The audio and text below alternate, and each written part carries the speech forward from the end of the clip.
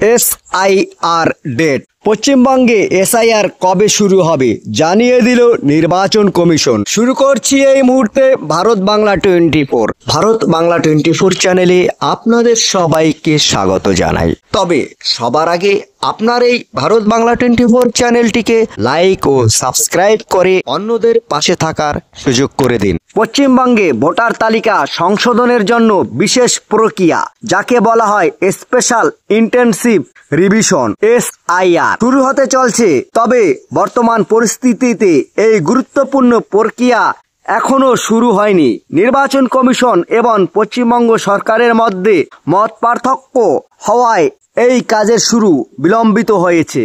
তবে সবার চোখ এখন সুপ্রিম কোর্টের সিদ্ধান্ত এবং পরবর্তী নির্দেশনার দিকে। নির্বাচন commission West Bengal SIR date নিয়ে প্রস্তাব দিয়েছে। 2003 সালের ভোটার তালিকাকে ভিত্তি করে সংশোধন প্রক্রিয়া শুরু করতে, কারণ ওই বছরটিতে সর্বশেষ ব্যাপকভাবে ভোটার তালিকা সংশোধনের কাজ হয়েছে। তবে পশ্চিমবঙ্গ সরকার এই প্রক্রিয়া 2025 সালের জানুয়ারি মাসে প্রকাশিত তালিকাকেই আধার হিসাবে নেয়ার পক্ষপাতিত্ব।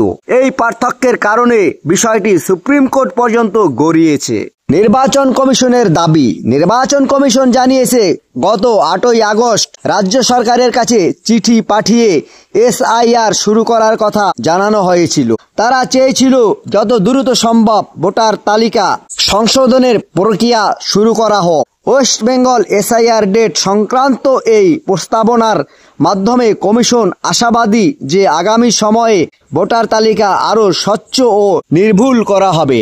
এদিকে এসআইআর নিয়ে রাজ্য সরকারের অবস্থান। রাজ্য সরকারের আইনজীবী গোপাল শঙ্কর নারায়ণ সুপ্রিম কোর্টে জানান, তারা এই প্রক্রিয়া 2 বছরের জন্য পিছিয়ে দেওয়ার বা 2025 সালের ভোটার তালিকা ব্যবহার করার অনুরোধ জানিয়েছে।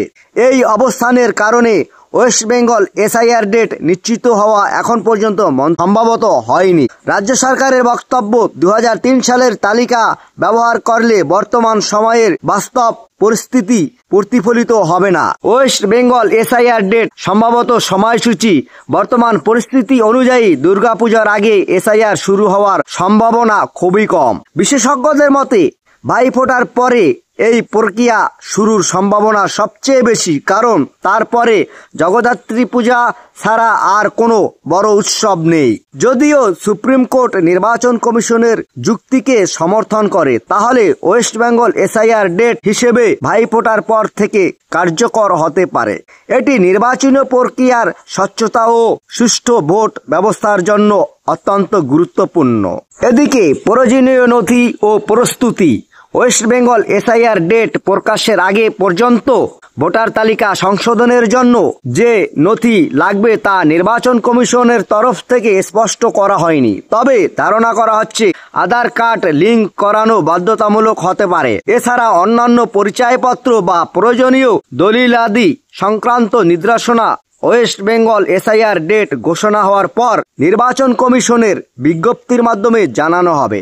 সমস্ত ভোটার এবং প্রার্থীকে এই প্রক্রিয়ার সক্রিয়ভাবে অংশ নিতে বলা হয়েছে, যাতে নির্ভুল ও সঠিক ভোটার তালিকা গঠিত হয়। ওয়েস্ট বেঙ্গল এসআইআর ডেট গুরুত্ব প্রক্রিয়ার মাধ্যমে পশ্চিমবঙ্গের ভোটার তালিকা আরো সুনির্দিষ্ট ও বিশ্বস্ত হবে বলে মনে করা হচ্ছে। ওয়েস্ট বেঙ্গল এসআইআর ডেট ঘোষণা হওয়ার পরে সকল নাগরিকের উচিত নিজের তথ্য যাচাই করা এবং প্রয়োজনীয় সংশোধন আবেদন করার মাধ্যমে জাতীয় ভোটার তালিকায় নিজেদের স্থান নিশ্চিত করা।